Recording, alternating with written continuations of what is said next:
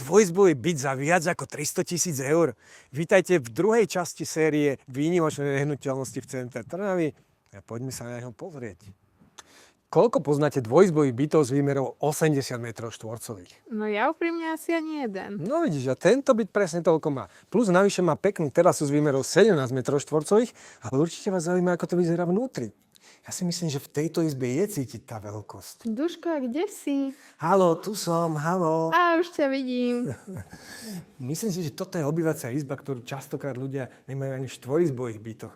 Na dvojizbách je to naozaj niečo výnimočné. Máme tu dostatočne veľkú kuchyňu, stôl pre 4 ľudí, takže aj keď príde nejaká návšteva, všetci sa môžu realizovať. Poďme pozrieť ešte spálňu. Počkaj, ešte tu je kúpeľňa.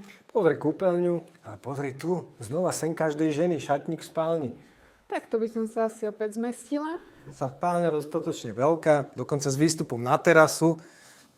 Ešte, ale ja som bol včera v posilke, nie som si istý, či by som tady prešiel, ale myslím, že pre teba by to stačilo. Ja sa asi zmestím. Ak by vám nestačil šatník v spálni, máme tu ešte aj šatník v predsieni. Tento byt má určite dostatok úložných priestorov. Tento byt má dostatok akýchkoľvek priestorov.